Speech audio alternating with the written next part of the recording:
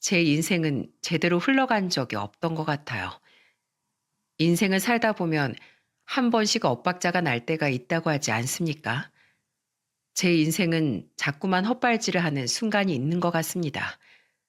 그리고 잘못된 헛발질은 큰 고통으로 다가왔습니다. 제 꿈은 단 하나였어요. 절대 돌아가신 아버지처럼 살지 않겠다는 다짐이었죠. 아들이 아버지처럼 살지 않겠다고 할 정도면 어떤 분이셨을지 예상이 되실 수도 있으실 겁니다. 저희 아버지는 그야말로 가장이나 아버지로서 제대로 된 역할을 해본 적이 없던 분이셨어요. 그래서 저는 어머니가 웃는 모습보다 우는 모습을 더 많이 기억하고 있을 정도랍니다. 생각해보면 어린 시절부터 부모님은 잘 맞는 구석이 없으셨어요. 성실한 어머니와 망나니 같았던 아버지가 만나 꾸린 가정은 눈물 마를 날이 없었죠. 심지어 아버지는 그 시절에 아파트도 있으셨어요. 할아버지가 장남인 아버지한테 결혼하면서 아파트를 해주신 겁니다. 하지만 아버지는 그 아파트를 물려받고도 제대로 된 가정을 꾸리지 못했어요. 왜냐하면 아버지는 가족보다 도박과 술이 먼저였던 분이셨거든요. 여러분 화투 쳐보셨나요? 명절에 가족들과 가볍게 하는 게 아니라 정말 돈을 걸고 하는 도박이었어요. 저희 사남매는 어머니가 혼자서 생계를 책임지면서 클 수밖에 없었습니다. 하지만 아버지의 도박 중독이 심해질수록 어머니는 눈물 마를 날이 없으셨어요. 한 번은 어머니가 숨겨둔 생활비를 들고 도박을 하고 온 아버지를 원망하며 말하셨습니다. 이 인간아, 자식들 다 배 굶길 거야? 대체 언제까지 이렇게 살려고 그러는 거야? 손댈 게 없어서 생활비에 손을 대? 내가 그 돈 다 잃을 줄 알았겠어? 나도 돈 벌어보려고 한 거야. 이게 나 혼자 잘 살자고 하는 거야? 우리 가족 다 같이 잘 살려고 핫투 치는 거잖아. 식구들 먹여 살릴 거면 일을 해야지. 무슨 도박이야. 당신 미쳤어? 완전히 정신 나갔다고. 제발 그만 좀 해. 제발 애들 생각 좀 하라고. 아버지는 화를 내면서 집안을 뒤지기 시작했어요. 그리고 어머니는 그런 아버지를 말리느라 울면서 애원했어요. 하지만 아버지는 울면서 매달리는 어머니의 손길을 뿌리치고 기어코 비상금을 챙겨서 도박을 하러 가신 겁니다. 거실에 주저앉은 어머니는 바닥을 치면서 우셨어요. 초등학생이었던 저는 어머니가 오열하는 모습이 무서웠어요. 어린아이 눈에 부모가 땅을 치며 우는 모습이 얼마나 무서웠겠습니까? 하늘처럼 높아 보여야 할 부모가 제 눈에는 매일같이 울고 싸우기만 하는 부모로밖에 안 보였어요. 그 순간 집에서 어머니를 위로해 줄 수 있는 사람은 저뿐이었습니다. 저는 어머니를 안아드리면서 말했어요. 엄마, 괜찮아요? 울지 마세요. 상효야, 엄마가 미안해. 우리 상효도 아직 어린데 엄마가 자꾸 이런 모습만 보여서 미안해. 아니에요. 엄마 제가 밥 조금만 먹을게요. 동생들도 잘 보고 밥도 동생들 더 많이 줄게요. 아니야. 우리 아들 그런 생각하지 마. 엄마가 미안해. 우리 상효, 엄마가 미안해. 아니에요, 엄마. 울지 마세요. 장남이었던 저는 엄마가 울면 옆에서 엄마를 안아주면서 밥을 안 먹겠다는 말까지 했어요. 그만큼 어머니가 아버지와 돈으로 싸우고 있다는 걸 느끼고 있었던 겁니다. 제가 저런 말을 하니까 어머니는 놀라셨던 것 같았어요. 그날 저녁 어머니는 계란말이를 해주면서 저를 보고 말했습니다. 상효야, 엄마가 상효 앞에서 힘든 모습 보여서 미안해. 엄마 괜찮으니까 걱정 마. 아직 너 어리잖아. 넌 초등학생답게 커야지. 저 학교에서 달리기도 1등하고 밥도 1등으로 먹어요. 그래서 엄마 지켜줄 수 있어요. 어머니는 저한테 늘 아이답게 크라고 말하셨어요. 그때 어머니는 자식이 어린 나이에 맞게 자라길 바라셨던 겁니다. 하지만 어머니의 바람은 쉽게 이루어지지 않았어요. 어느 날 아파트에 살고 있던 저희는 갑자기 이사까지 가게 됐어요. 어린 나이였던 저희 사남매는 그저 이사 간다는 사실에 들떠 있었습니다. 그래서 아무 생각 없이 어머니를 보면서 둘째 남동생이 이렇게 말했어요. 와, 엄마, 우리 이사 가요? 어디로 가요? 더 높은 집으로 가요? 더 높은 곳은 아니야. 지금 사는 집보다 좁긴 한데 엄마랑 더 잘 붙어 있을 수 있는 집이야. 와, 그럼 잠잘 때도 엄마랑 같이 잘 수 있어요? 어, 상원이는 엄마랑 자고 싶었어? 네, 난 엄마가 제일 좋아요. 정말 아무것도 몰랐던 저희는 아파트에서 빌라로 이사 가는 것도 모른 채 좋아했어요. 하지만 빌라로 이사 갈 때까지만 해도 괜찮았어요. 저희들 눈에는 아파트나 빌라나 다름없어 보였거든요. 하지만 이사를 다 하고 빌라에서 잠을 자던 어느 날 밤이었어요. 밤에 물을 마시러 나왔다가 어머니와 아버지가 방에서 하는 말을 듣게 된 겁니다. 어머니는 아버지를 원망하는 목소리로 말하셨어요. 이 인간아, 기어코 아파트 팔고 빌라까지 오니까 속이 시원해? 내가 집이랑 생활비는 건들지 말라고 몇 번을 말해. 가족들 다 사지로 몰아야 편하냐고. 내가 이렇게 될 줄 알았겠어? 나도 우리 식구들 다 같이 잘 살자고 이러는 거야. 돈 벌다 보면 이런 날도 있고 저런 날도 있는 거지. 기다려봐. 내가 여기서 더 좋은 집으로 꼭 가게 해줄 테니까. 차라리 나가서 일을 하면서 그런 말을 해. 도박으로 대체 무슨 돈을 벌겠다는 거야? 대체 언제까지 이렇게 살 건데? 아, 요즘 손맛이 좋아서 조금만 기다리면 금방이라니까. 딱 기다려. 내가 당신이랑 애들 제대로 호강시켜 줄게. 아버님이 주신 아파트도 다 날려먹고 우리 빌라까지 왔어. 가만히 숨만 쉬고 살아도 여기까진 안 왔다고, 이 인간아. 대체 어디까지 이뤄야 정신 차릴 건데. 내가 애들 보랴 식당 나가랴 얼마나 힘든지 알기나 해? 아, 그러니까 당신 힘들지 않게 해준다고. 아버지는 답답해하는 어머니를 보고도 계속 걱정 말라는 말만 했어요. 그런 아버지를 보면서 어머니는 한숨만 쉬셨어요. 문 너머로 들리는 두 분의 대화는 한숨 소리가 가득한 대화였습니다. 그때는 잘 알지 못했지만 제가 점점 커가면서 아버지가 어떤 사람인지 알게 됐어요. 아버지는 저희가 어릴 때 늘 이런 말을 했었거든요. 아빠 돈 벌어올게. 엄마 말 잘 듣고 있어. 그때는 정말 아버지가 일하러 가는 줄 알았어요. 저희가 너무 어리다 보니까 아버지는 저런 식으로 말하기만 했어요. 늘 어머니가 일을 나갔을 때 아버지는 돈 벌러 간다는 말만 하고 나가신 겁니다. 하지만 제가 한 살씩 먹을수록 아버지의 정체를 알게 됐어요. 그냥 술 좋아하는 도박꾼인 아버지의 실체를 알고 너무 큰 충격이었습니다. 그리고 아버지가 도박꾼이라는 걸 알았을 땐 제가 이미 중학생이었죠. 중학생이 됐을 땐 빌라에서 또다시 작은 주택으로 이사까지 했을 때였어요. 어머니는 한숨을 쉬면서 저를 보며 말씀하셨습니다. 너희들한테 면목이 없다.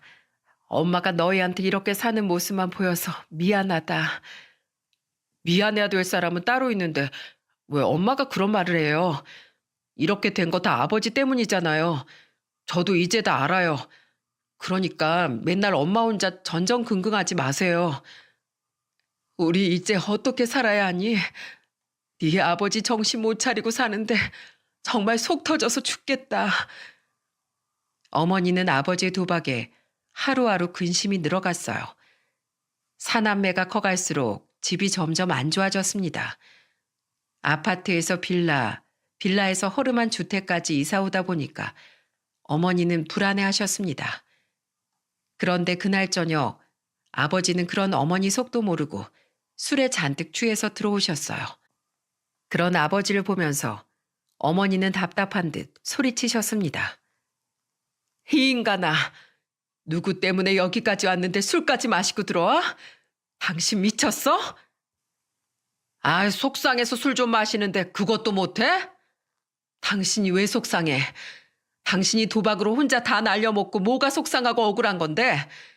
진짜 답답하고 울고 싶은 사람이 나야. 당신이 뭔데? 그래, 다 내 탓이다.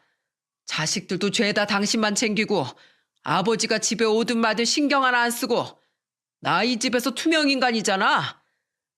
당신이 한 번이라도 애들을 봐줬으면 애들이 당신한테 그럴 수 있겠어? 애들 보기 부끄럽지도 않아? 그래, 내가 죄인이다. 내가 죄인이라고. 아버지는 집까지 날려먹고 당당하셨어요. 어머니는 그런 아버지만 보면 한숨만 쉬셨어요. 제가 중학생이 됐을 때도 아버지는 도박을 끊지 못하셨어요. 도박은 손을 잘라야 끊을 수 있다는 말도 있지 않습니까? 이미 그 정도 되니까 도박과 아버지는 때려야 뗄 수 없는 사이가 된 겁니다. 어머니는 그런 아버지를 대신해서 돈이 되는 아르바이트는 모조리 하면서 다니셨어요. 그래서 집에 오면 어머니는 늘 앓는 소리를 내셨답니다. 막내 여동생은 힘들어하는 어머니 옆에 붙어서 어깨를 주물러 주기도 했어요. 엄마, 시원해? 이제 어깨 안 아파? 그래, 우리 막내딸 손이 악손이네. 엄마 어깨가 싹 다 나았어. 진짜? 그럼 엄마 이제 어깨 다 나았어? 어, 엄마 이제 괜찮아. 고마워, 우리 딸. 하루 종일 힘들게 일하고 온 어머니는 사남매와 있는 걸 굉장히 좋아하셨어요. 그런데 그때 집에 온 아버지가 막내 여동생을 보며 말했습니다. 넌 아버지가 왔는데 인사도 안 해? 네 아버지도 일하다 온 거잖아. 다녀오셨어요? 이놈의 집구석은 아버지 알길 개똥으로 안 해. 그러니까 내가 집에 오기 싫은 거야. 에이, 밥이나 내놔. 어머니는 아버지의 호통에 막내 동생을 데리고 방으로 가셨어요. 아버지가 술만 마시면 폭언을 하는 탓에 어머니는 아버지가 혹시나 손찌검이라도 할까 싶어서 그랬던 겁니다. 제 눈에 아버지는 무능력하고 목소리만 큰 사람이었어요. 그래서 머리가 커갈수록 아버지한테 대들기도 많이 했죠. 그날도 아버지를 보면서 소리치며 말했던 기억이 납니다. 아버지만 오면 왜 다들 말도 안 하는지 알아요? 매번 이런 식이잖아요. 아버지야말로 가족들 어떻게 사는지 관심도 없고 오로지 술이랑 화투밖에 없죠? 뭐야? 네가 지금 나한테 한번 해보자는 거야? 엄마가 아버지 때문에 얼마나 고생하는지 알면 아버지가 이러면 안 되는 거잖아요. 엄만 어떻게든 살아보겠다고 매일같이 일하는데 아버지 뭐 하는 건데요? 이게 진짜 어디서 대들어? 너무 화가 나서 아버지와 말다툼을 하던 중에 아버지는 제 뺨을 치려고 하자 어머니는 방에서 나오다가 그런 아버지를 막으면서 소리쳤습니다. 어딜 손대려고 그래? 당신 미쳤어? 그럴 거면 나가. 괜히 애들한테 화풀이 하지 말고 나가라고. 에이, 더러운 집구석. 나간다, 나가. 아버지는 결국 또 집을 나가셨어요. 가족들이 이사를 다닐수록 아버지 도박 중독은 심해졌어요. 특히 빌라에서 주택으로 이사 갔을 땐 어머니가 아무리 벌어도 생활비가 부족할 정도였죠. 그런데 더 이상 바닥이 없다고 생각했던 그때 저희 집은 또 한 번 발칵 뒤집혔어요. 허름한 빌라에 빨간 딱지까지 붙여진 겁니다. 어머니는 그걸 보고 망연자실할 수밖에 없었어요. 잘 살아보려고 어머니는 발버둥 치는데 아버지는 계속 사고만 쳤거든요. 결국 저희는 허름한 빌라마저 내놓고 사글세로 더 작은 집으로 또 한 번 이사하게 된 겁니다. 제가 고등학생이 될 때까지 집은 계속해서 작아졌어요. 사글세로 집을 또 옮겼을 땐 어머니가 아무도 없는 캄캄한 주방에서 혼자 술을 마셨어요. 그리고 한탄하면서 저를 보며 말하셨습니다. 상효야, 이제 엄마는 어떻게 살아야 할지 모르겠다. 다 막막해. 너네 어릴 때부터 지금까지 단 하루도 편히 쉰 적이 없는데 지금 우리 처지가 이렇다는 게 믿기지가 않아. 엄마, 할 만큼 하셨어요. 전 엄마가 아버지랑 이혼한다고 해도 엄마 마음 다 이해해요. 그러니까 아버지를 포기하세요. 네 막내 동생들이 아직 저렇게 새파랗게 어린데 어떻게 갈라서니? 그래도 정신 차리겠지 하다 여기까지 왔는데 이젠 엄마도 지친다. 어머니가 지친다고 말하는 모습에서 삶의 고단함이 느껴질 정도였어요. 그러던 어느 날이었습니다. 식당에서 일하시던 어머니가 주방에서 일하시다 얼굴에 화상을 입으신 거예요. 저는 급하게 병원으로 달려갔어요. 그곳에서 고통스러운 어머니의 비명소리까지 듣게 됐습니다. 살려주세요. 응급치료를 하고 치료를 받던 어머니는 고통스러워서 비명까지 질렀어요. 그걸 본 저는 너무나도 괴로웠어요. 그저 성실하게 일만 하던 어머니가 왜 이런 고통까지 받아야 하나 답답했어요. 그리고 어머니의 갑작스런 화상사고는 아버지한테도 큰 충격이었던 겁니다. 그날 이후 아버지는 어머니를 대신해서 일용직으로 일을 시작했어요. 어머니가 병원 치료 받기 위해서 돈이 필요했거든요.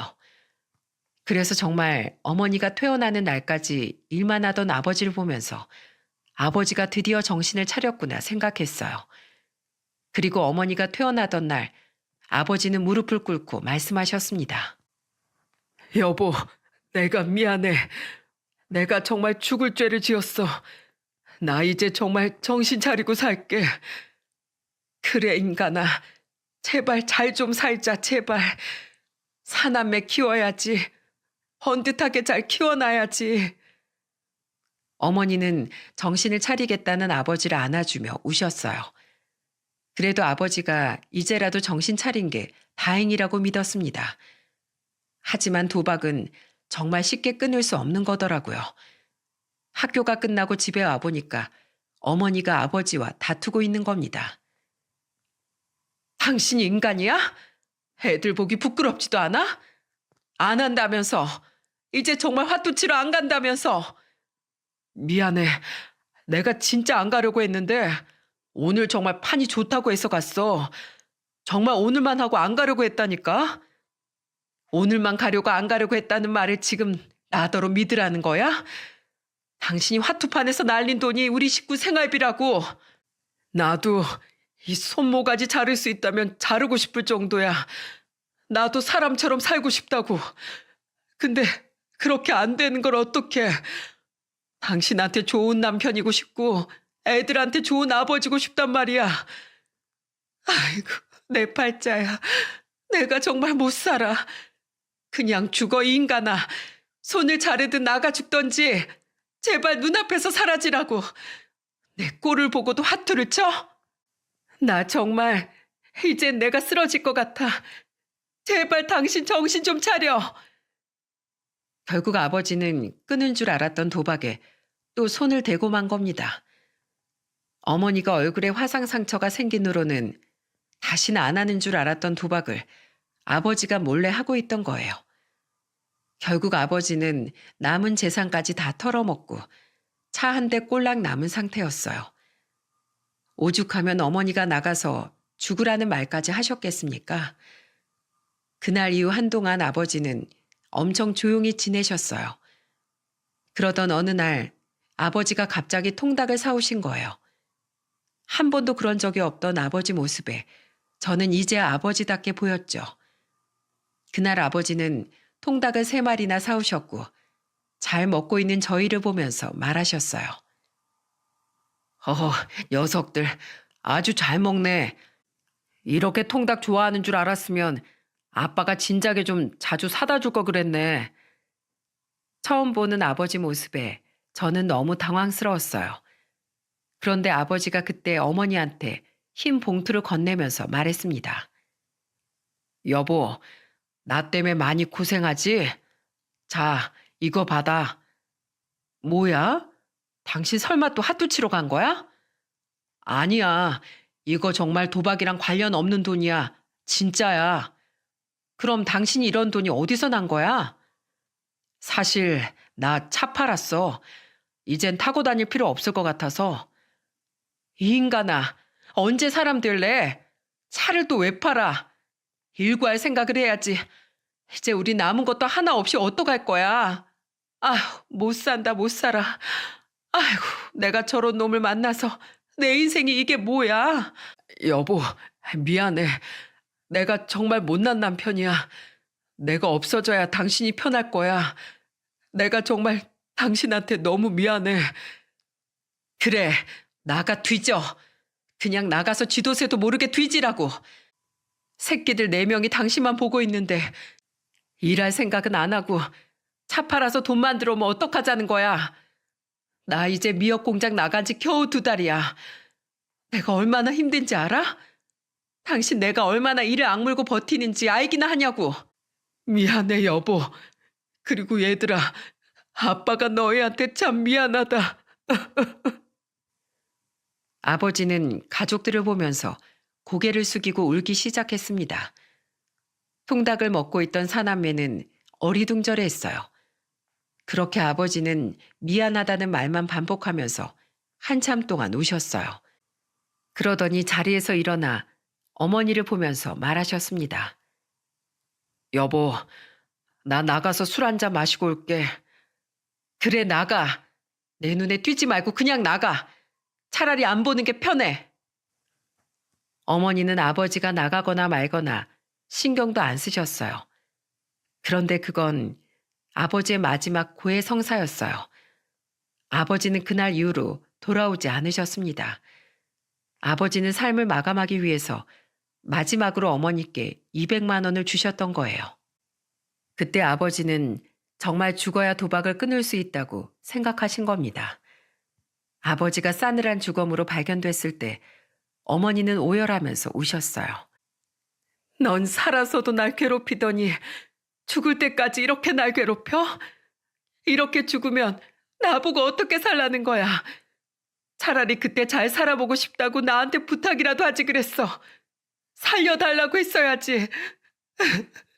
나보고 애들 데리고 어떻게 살라고 이렇게 가는 거야.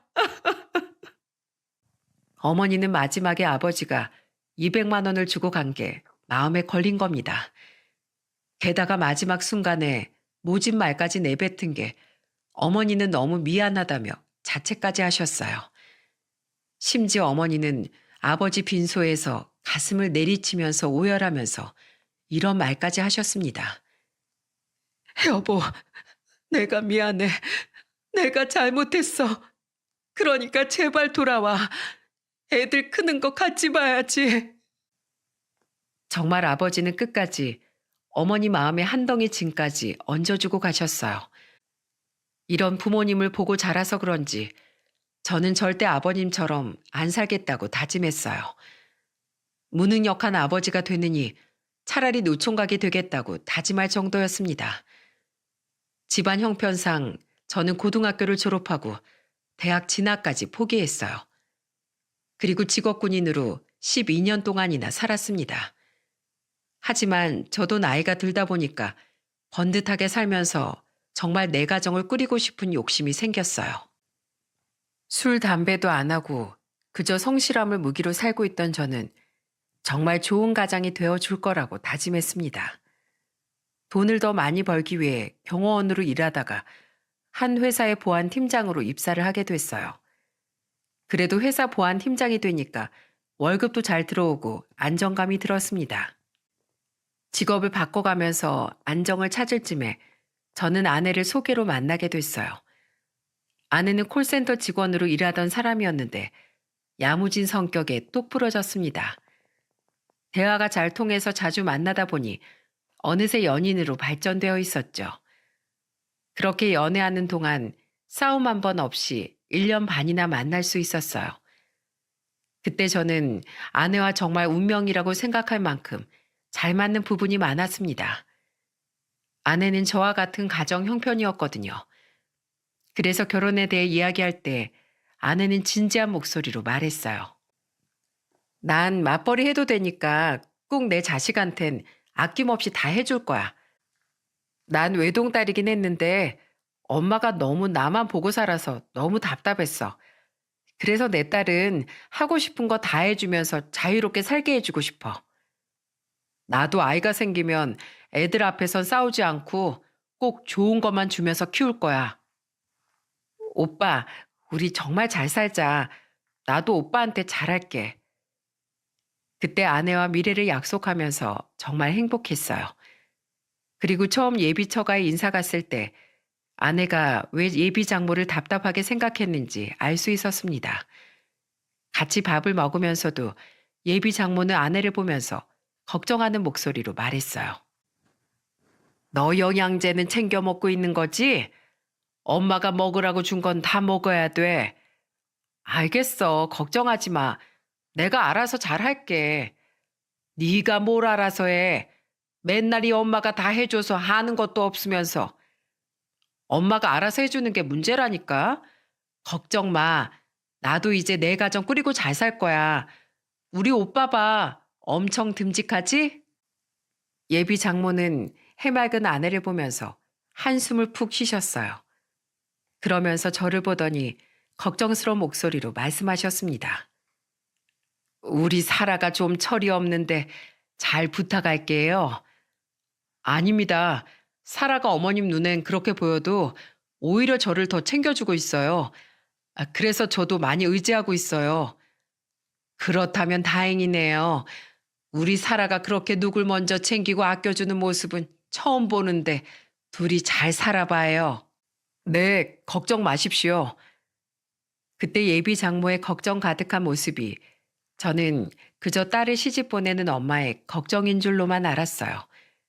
그리고 제가 의심의 여지가 없었던 건 아내가 저희 집에 인사 갔을 때도 정말 살갑게 잘했기 때문이에요. 어머니가 얼굴에 화상 흉터가 있으셔서 미역 공장과 집만 다닐 정도로 사람 얼굴을 제대로 못 보셨거든요. 그래서 그날 제가 예비 며느리와 인사 간다고 했을 때도 걱정이 많으셨어요. 사남매 중에 제가 제일 마지막으로 결혼하는 건데도 어머니는 적응이 안 된다고 하셨죠. 그때 저는 어머니를 보며 말했습니다. 엄마, 화상 흉터 부끄러운 거 아니에요. 저는 어머니가 얼마나 치열하게 살았는지 보여주는 징표라고 생각해요. 그러니까 너무 감추려고 하지 마세요.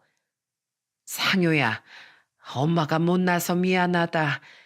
우리 상효처럼 좋은 마음으로 살아야 하는데 내가 부끄럽네. 아니에요. 전 어머니가 최선을 다하셨다는 거 알아요. 그러니까 너무 상심하지 마세요. 그리고 제 여자친구 그런 사람 아니에요. 좋은 여자 만났겠지. 우리 상효처럼 좋은 사람일 거야. 어머니는 한껏 걱정하던 마음을 조금은 내려두셨어요. 그리고 정말 아내가 인사 왔을 때 아내는 제 예상처럼 정말 어머니께 예의를 다 갖춰서 인사를 드렸습니다. 그때 어머니가 주방에서 음식을 식탁으로 옮길 때도 아내는 벌떡 일어나 같이 접시를 들며 말했습니다. 어머님, 제가 같이 할게요. 아이고, 가만히 있지 뭘 또 움직여요. 팔도 얇아서 힘들어 보이는데. 저 이래봬도 엄청 튼튼해요. 끄떡 없어요. 아내가 어머니께 살갑게 먼저 말을 걸고 같이 있는 걸 보니까 저도 흐뭇했어요. 그러면서 아내가 어머니께 진지한 목소리로 말했습니다. 어머니께서 최선을 다해서 키워주신 상효 씨랑 저 행복하게 살게요. 그러니까 어머님 너무 걱정 마세요. 제가 아직 서툴러 보이시겠지만 어머니께 자주 와서 배울게요. 요즘 젊은 사람들이 나보다 더 잘할 텐데 뭘.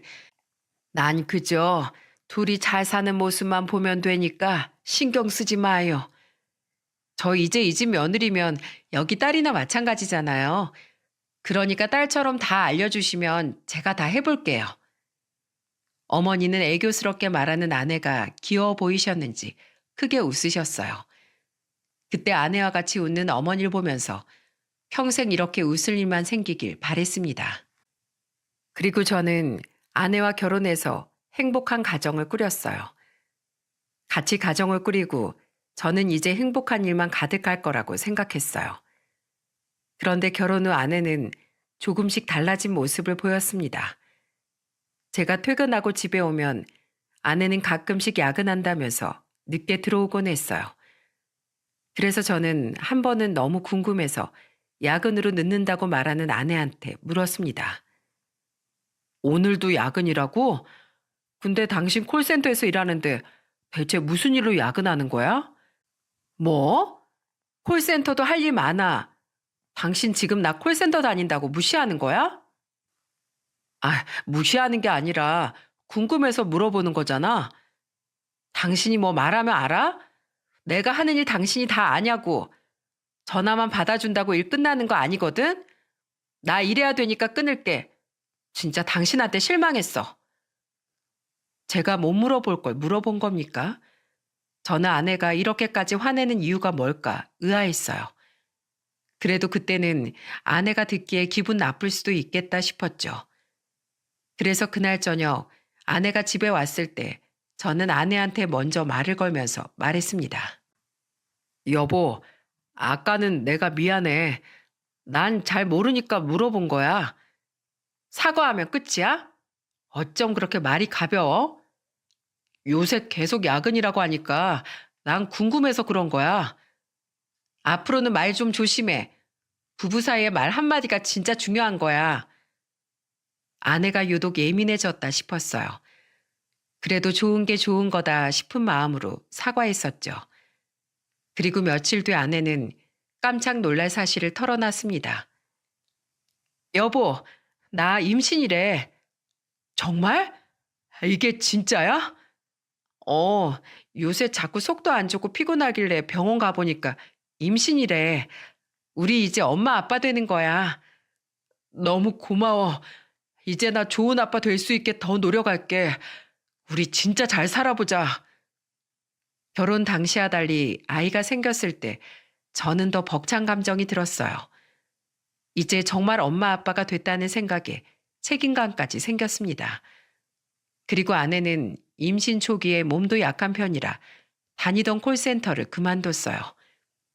그때 아내가 몸조리 잘할 수 있게 저는 카드도 주기도 했습니다.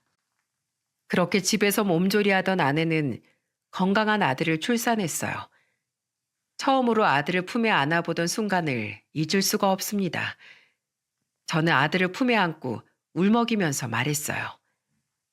아빠가 정말 열심히 살게. 너한텐 세상에 좋은 것만 줄 거야. 아내는 그런 저를 보면서 눈물까지 글썽거리더라고요. 이제 정말 부모가 되는구나 싶은 마음에 가슴이 벅찼어요.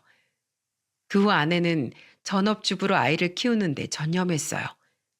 그런데 문제는 아이가 100일쯤 지나자 아내는 점차 집안일은 거들떠도 안 보는 겁니다.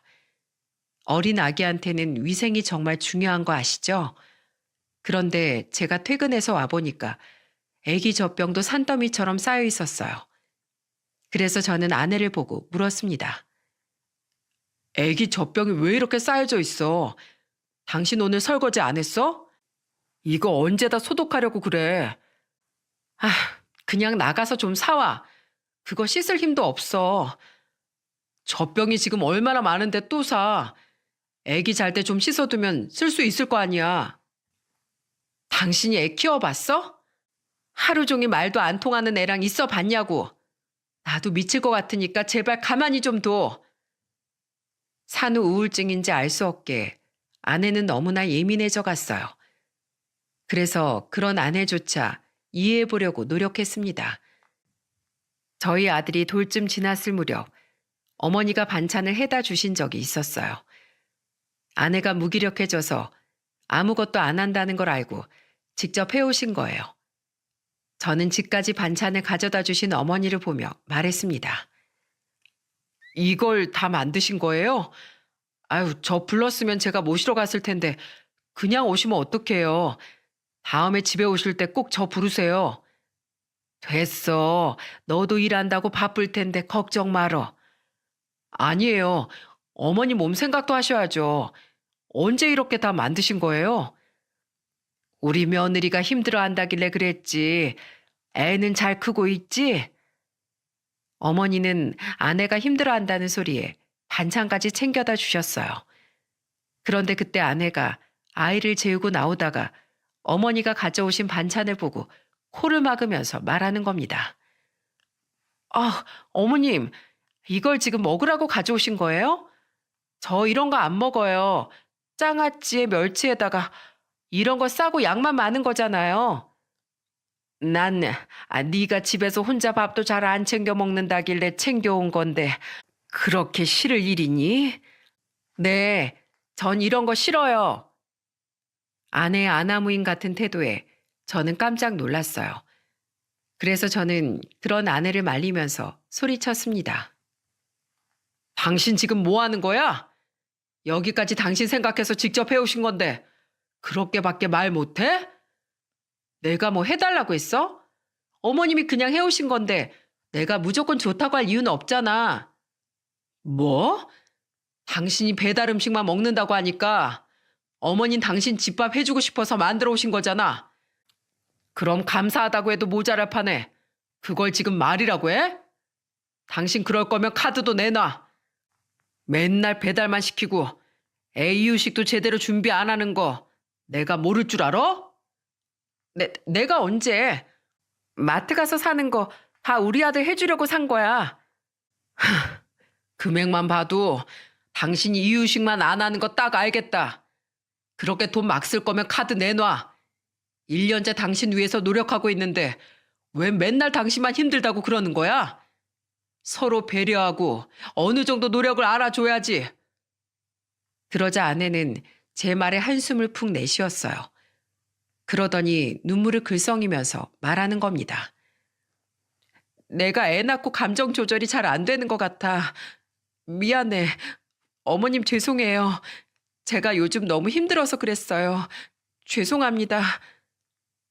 아내는 그렇게 말하더니 방으로 들어가 버렸어요. 어머니는 그때 저를 다그치듯 말했습니다. 넌 왜 화를 내고 그래? 그래도 네 아내인데 좋게 좋게 말해야지. 죄송해요. 이런 모습 보여드리고 싶지 않았는데 요즘 저 사람이 대체 마트에서 뭘 하는지 돈을 너무 많이 써서요. 대체 얼마나 쓴다고 그래? 애 있는 집에서 돈 많이 드는 거야. 당연하지. 한 번 갈 때마다 20만 원, 30만 원씩 쓰는 게 이해가 안 가요. 대체 뭘 그렇게 사는지 모르겠다니까요. 집에 와보면 먹을 게 있는 것도 아닌데 저도 답답해요. 뭐? 대체 뭘 한다고 마트에서 그렇게 사? 처가에 보낼 것도 같이 사는 거 아니냐? 그 정도면 두 집은 먹고 살겠네. 어머니의 말에 아내가 혹시 처가에 필요한 걸 같이 사나 싶었습니다. 하지만 이걸 물어볼 수도 없고 찜찜했어요. 그런데 언제부턴가 장모가 저희 신혼집에서 집안일을 해주고 있는 거예요. 심지어 집안에 있는 속옷 빨래까지 장모가 하는 걸 보고 저는 기겁했어요. 그래서 저는 난감한 목소리로 장모한테 말했습니다. 어머님, 아내가 힘들어하면 아이를 어린이집에 잠시 맡기는 게 좋겠어요. 언제까지 이럴 순 없잖아요. 아유, 아니야. 내가 편해서 하는 거니까 신경 쓰지 마.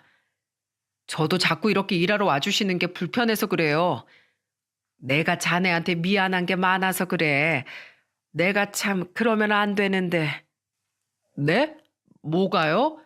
장모님이 이렇게 해주시는데 제가 더 감사하죠. 이제는 좀 쉬세요. 장모님은 저한테 자꾸 미안하다는 말을 하셨어요. 대체 왜 그런 말을 하는지 저는 도무지 알 수가 없었습니다. 그런데 며칠 뒤 저는 깜짝 놀랄 말을 듣게 됐어요. 그것도 어머니를 통해서 말이죠. 어느 날 어머니가 저한테 다급한 목소리로 전화로 말하시는 겁니다. 상효야, 내가 마트에서 새 얘기를 봤는데 아무래도 이상해. 뭘 사도 꼭 2개씩 사고 있어. 그런데 친정에 보내는 것 같진 않어. 남자 속옷도 사던데 네가 한번 오늘 저녁에 봐라. 네? 정말요? 예, 제가 한번 볼게요. 저희 신혼집이 친정과 시댁이 모두 가까웠기 때문에 아내가 마트에 간 걸 어머니가 딱 보신 거예요. 그래서 그날 저녁 저는 어머니 말대로 마트에서 뭘 샀나 찾아보려고 했어요. 그런데 아내가 사온 물건들이 안 보이는 겁니다. 그래서 아내한테 궁금한 목소리로 물었어요. 여보, 오늘 마트 다녀온 거 아니야? 장 봐온 거 다 어딨어? 아, 그거 이유식 재료 사온 거지. 손질해서 큐브에 얼려놨어. 왜? 당신 뭐 찾아? 아니, 당신 혹시 내 속옷 사온 거 없나 해서. 아, 그걸 뭐하러 사? 당신이 돈 아끼라면서. 나도 이제 알뜰하게 살 거니까 걱정 마. 아내의 말에 저는 깜짝 놀랐어요. 어머니가 분명히 사는 걸 봤다고 했는데 아내는 이유식 재료만 샀다는 겁니다. 그때 저는 아내가 다 2개씩 샀다던 말에 장모님께 전화를 걸었어요. 장모님, 잘 계셨어요? 정서방, 잘 있었나? 무슨 일이야? 다른 게 아니라 어제나 오늘 아내가 장모님께 뭐 사다 드린 게 있나 해서요. 뭐? 아니, 부탁한 게 없는데 사라가 뭘 사다 줘? 아무것도 없어. 장모의 말에 저는 의아했어요. 저희 어머니가 잘못 봤을 리가 없는데 이게 무슨 일인가 싶었죠. 결혼 생활 1년이 넘어가던 시점에 저는 아내한테 이상한 생각이 들었어요. 예전에 문득 어머니가 아들을 보면서 이런 말을 하셨던 적도 있었습니다. 네 아들은 너보다 며느리를 더 닮은 건가? 묘하게 너랑은 닮은 구석이 없는 것 같네. 저는 그때만 해도 더 커가면 점점 더 저를 닮아갈 거라고 믿었어요. 그런데 이상하게 아들은 저도 아내도 닮지 않은 겁니다. 그래서 저는 계속 이렇게 의심만 할 바에 제대로 확인해 보자는 생각이 들었어요. 그래서 유전자 검사와 흥신소에 의뢰해서 뒷조사를 해보기로 했어요. 의심만 하는 것보다 제대로 확인하는 편이 낫겠다고 판단한 겁니다. 그렇게 결과가 나오길 몇 주를 기다렸던 것 같아요. 아내는 그때도 어딘가 수상했어요. 한 번은 집에 와보니까 아내는 베란다에서 전화를 하고 있고 아들은 혼자서 놀고 있는 겁니다. 이제 돌진한 아이를 혼자 두는 엄마 본 적 있으십니까? 저는 아들이 연필 같은 걸 들고 다니길래 얼른 넘어지지 않게 잡았습니다. 그때 아내가 저를 보고 거실로 들어왔어요. 저는 아내한테 화를 내며 말했습니다. 애를 혼자 두고 있으면 어떡해? 다치기라도 하면 어쩌라고? 중요한 전화가 와서 그랬어. 대체 무슨 전화? 일도 안 하는 사람이 무슨 전화가 그렇게 중요해? 나도 일 시작하려고 그래. 신경 꺼. 아내는 제 말에 횡설수설하더니 전화기를 숨겼어요. 그런 아내 모습이 저는 더 수상했어요. 그런 아내를 보면서 제대로 확인해 보길 잘했다고 생각했죠. 그리고 며칠 뒤 결과가 나왔다는 소식에 저는 회사에 휴가를 내고 집에 있었습니다. 그때 아내가 잠시 외출해서 저는 어머니께 집에 와달라고 부탁했어요. 그리고 어머니는 집으로 잠시 와서 아들을 봐준다고 하셨죠. 그런데 그날 저는 정말 충격적인 사실을 받아들게 된 겁니다. 바로 아들이 제 아들이 아니었던 거예요. 큰 충격을 받은 저는 유전자 검사 결과와 흥신소에서 넘겨받은 아내의 추악한 거짓말을 알게 됐습니다. 바로 아내가 바람을 피고 있던 거예요. 그리고 그 상간남은 알고 보니까 아내가 신혼 초에 술집에서 만난 남자였어요. 참을 수 없는 분노에 모든 걸 들고 집으로 갔습니다. 그런데 아내가 저희 어머니께 화를 내고 있는 게 아니겠어요? 어머님, 복달아나니까 눈으로만 보세요. 제가 몇 번을 말해요. 그런 얼굴로 애를 보면 어떡해요. 좋은 것만 보여줘도 모자랄 판에 어머님 얼굴 보고 애가 삐뚤어지면 책임지실 거예요? 뭐야? 너 말이 너무 심한 거 아니냐? 자식들 막 키우기 싫어서 그런 거니까 이해하세요. 어머님 얼굴 어린애가 보면 정서에 안 좋아요. 개념 나간 아내 말에 저는 이성을 잃었어요.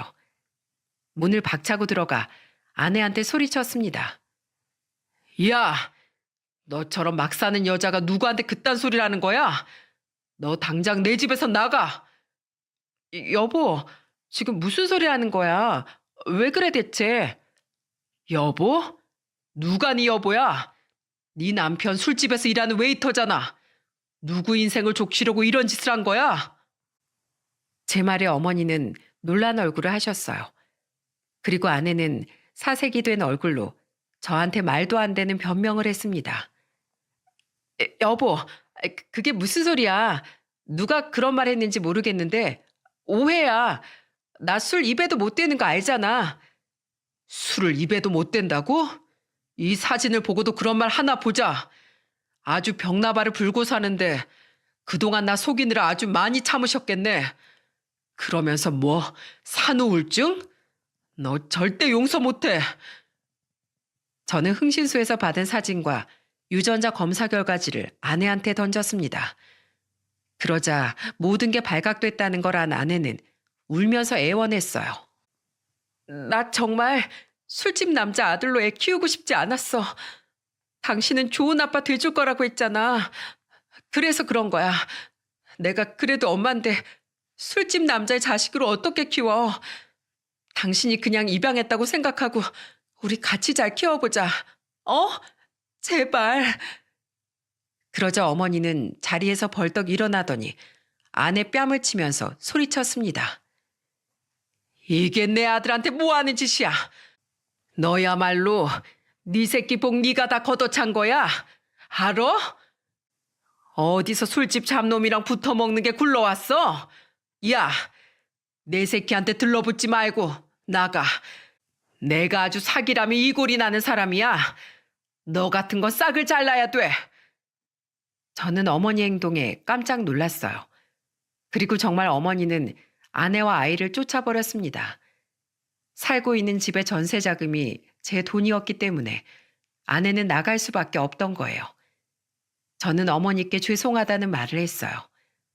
그러자 어머니는 단호한 목소리로 말하셨습니다. 진짜 잘못한 놈이 따로 있는데 왜 네가 사과해? 내가 살아보니까 아닌 것 같을 때 싹을 자르고 살아야 하더라. 마음 단단하게 먹어. 마음 단단하게 먹으라는 어머니의 말에 저는 아내와 이혼 소송을 했어요. 그러자 장모까지 찾아와 울면서 애원하더라고요. 하지만 저는 한치의 흔들림도 없이 말했어요.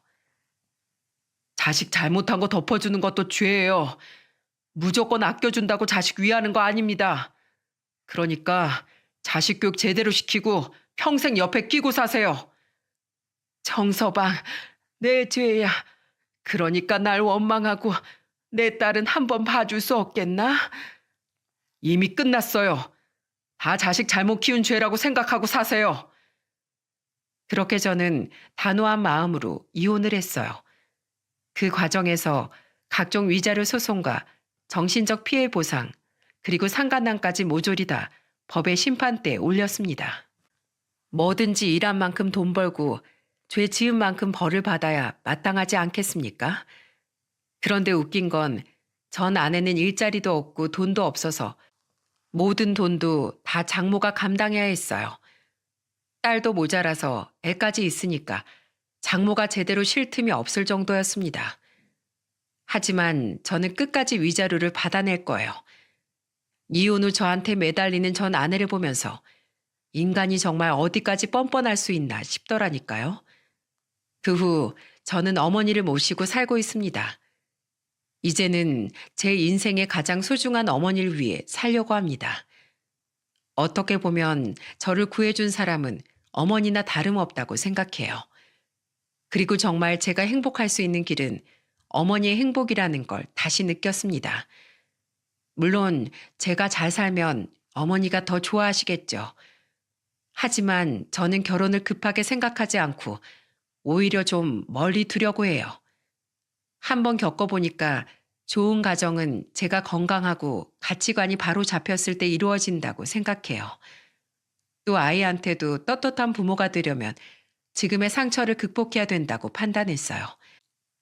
제 파란만장한 사연 들어주셔서 정말 감사드려요. 저 같은 사람도 꿋꿋하게 사는데 지금 힘든 위기에 있는 분들에게 힘이 되었으면 좋겠습니다. 그리고 저에게 귀한 조언을 남겨주신다면 가슴에 새기고 살겠습니다. 모두 감사드립니다.